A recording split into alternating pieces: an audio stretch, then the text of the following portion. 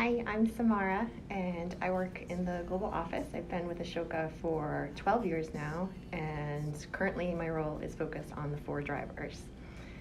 And why I've stayed at Ashoka, Ashoka has stretched me in ways that I don't think any other organization would be able to, and the people that I get to work with every day, like both of you. Hi, I'm Maria Laura Asabal. I'm one of the youth year team members here in the U.S. that works with Jujitsu Partnerships. Vipin has told us we should share something personal about ourselves, and I've got 3 things I thought of. One is I was a serious ballet dancer growing up. Second is I have a horrible singing voice. And third is, despite this horrible singing voice, I still aspire one day to learn the guitar and to lead sing-alongs around campfires. That is pretty high up on my list. My name's Paul Rogers, and I've been working around Ashoka for about 10 years, but I've been working for the last 3 years on the Youth Years team, specifically focused on working with our Jujitsu Partners, schools of education. And I think what most keeps me at Ashoka is, because it's very difficult to keep pace, it's run so fast around here, is how inspired I am by the work of the fellows and the changed lives, and being a part of this conversation and this work is so deeply meaningful. Great. So now we're going to talk a little bit about Jujitsu Partnerships. And so I wanted to start with big picture and the why. Why are we doing Jujitsu Partnerships? And so in the context of the 2 areas that we're most focused on, what we call the Collaborative Entrepreneurship Jujitsus, CEJs for short, our intention is to transform how young people grow up in everyone a changemaker world. First pillar of that is ensuring that all children are mastering and practicing empathy. Second is that every teen is identifying as a change maker and practicing that early on as possible. And so in the context of that, we've divided the change process to be in 4 stages. And so the first stage is really recruiting our co-leaders of that initiative. And then the second is the Jujitsu Partnerships, which we'll zoom in today. And then we've also kind of added an open stage of that, and we'll get into why. And then the third is what we call tipping. That's when it moves beyond just a small select group of partners and becomes more mainstream. And then the 4th stage is the ongoing process of ensuring that is deeply rooted in society's culture, institutions, etc. And so now we'll zoom into the Jujitsu Partnership, what we call the second stage of the 4-stage theory of change. So in this theory of change, the second stage Jujitsu Partnerships contemplates 4 categories of Jujitsu Partnerships: government, media/publishers, graduate schools of education, and education unions. And here in the U.S., on the Youth Years team, we have focused our work first on 2 of those categories: the education unions work, which I lead, and the graduate schools of education work that Paul leads. But we definitely work on these together, because one of our learnings is that 2 is better than 1. And in engaging with these partners, having a sounding board and a thought partner has really improved and I think accelerated our work. Within these 2 categories of the education unions and the graduate schools of education, we try to pick organizations who are influential and who can ultimately be co-leaders in this movement with Ashoka. So co-leaders in spreading and establishing the idea that we're in a historical moment, and that in order to thrive and for even the world to survive, we need all young people to be change makers. And if we dig just a little bit deeper as to what makes an organization influential to us in the youth ecosystem, we think about it, I think, in 2 ways. One is that this organization can influence public opinion, and that it can instigate systems level change in the youth ecosystem. So how do we engage with Jujitsu Partners? One of the things that we've really learned is that it takes a team inside the organization. So we might have a connection with a CEO or a dean of an ed school or a university president and so forth. But what we need is more than that. We need the leader, but we also need a team. So the first stage of the how is mapping the landscape of who's in the institution. And what we like to say is that you need to find a team of 5 people inside that organization who will help lead and drive that change, who will own the Everyone a Changemaker vision. So I often talk about this work as the strategy of how you do this I call it customer intimacy.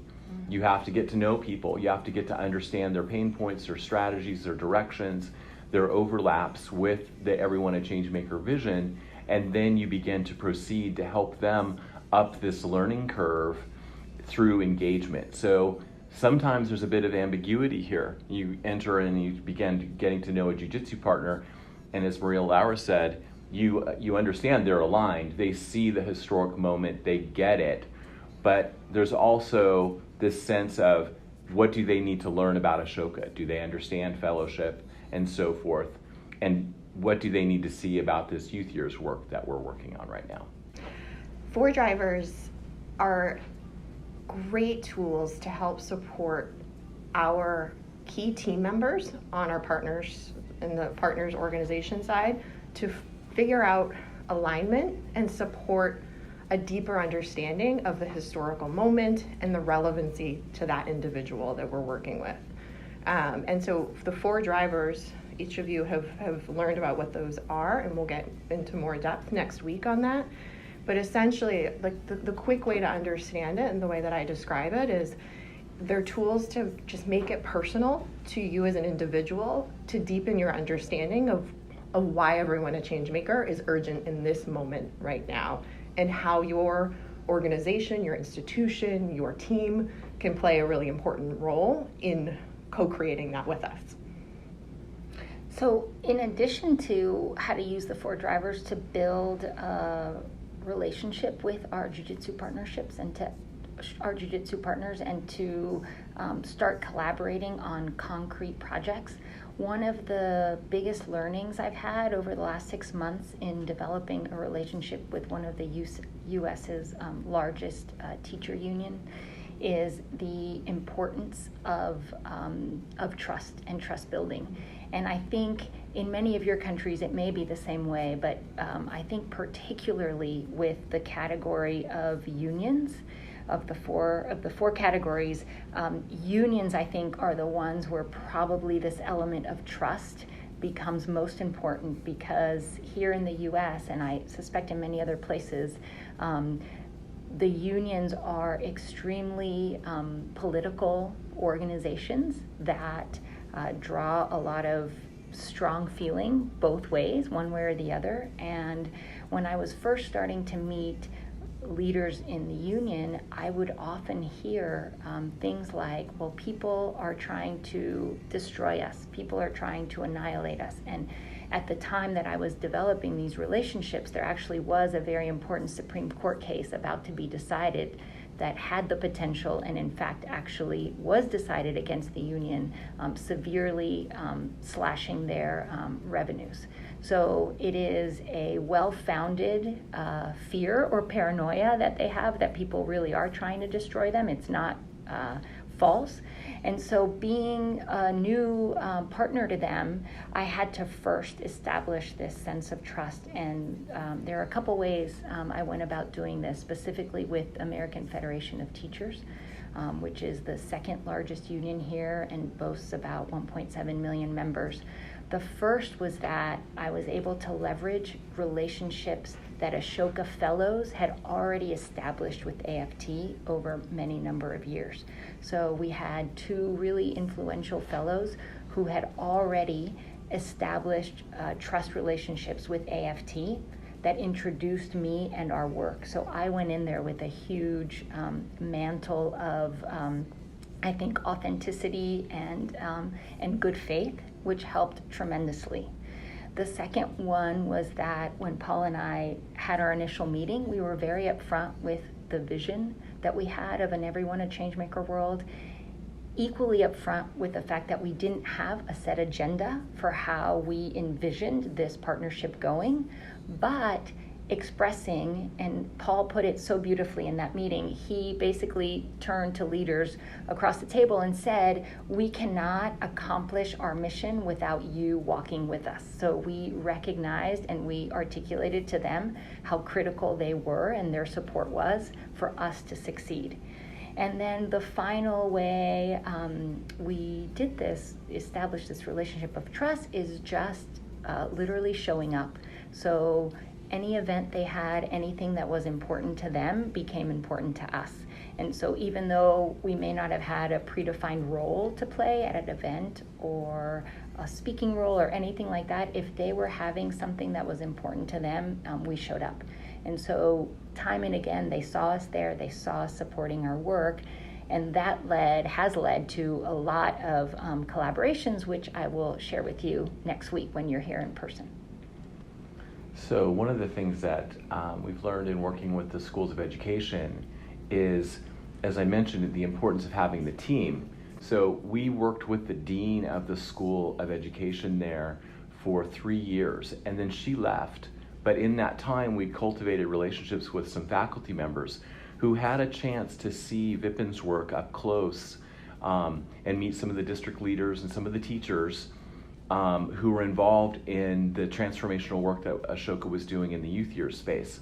And those personalized experiences were really powerful and got these people sort of moving and acting and leading and taking steps. So they begin to champion everyone a change maker inside the teacher education program, adopting curriculum, changing the values of the program, and doing pre-post measurement and so forth, really taking ownership of the everyone a changemaker vision. At the same time, they begin to do external work and bringing the everyone a changemaker message out to various constituent groups that they were a part of. For example, one of the faculty members there helped lead the California Conference of Teacher Education, where, to your point about personalizing it, we brought one of the Ashoka Young Changemakers to speak to a room of about 175 or 200 faculty and deans in schools of education. And here was 15-year-old Ashoka Young Changemaker Mahika talking to them about what it is to be a changemaker, how she's more than her SAT score and more than her GPA. And that experience with her definitely took that whole conversation to a whole other level. So I think what we see people taking action, moving up the curve, and as they do, there's mutual reinforcement as they get deeper into the Ashoka network and they have more involvement with the various pieces of Ashoka. So one of the things that we've learned is something that Bill talked about in the beginning, is how important it is for us to believe that each is in the Jujitsu Partners' best strategic interest. And so I think what we've learned is when we approach and deal with Jujitsu Partners, we come with the global vision of Ashoka, everyone a changemaker, and we bring the resources of Ashoka, and we really strive to get them to come to be co-leaders with us and inspire them with the big vision. That's one thing we've learned. And just to transition a little bit to that realization also comes with a polarity, which is we've got the big vision, and at the other end we've got a lot of times the Jujitsu Partners desire to work on very concrete, practical things with us.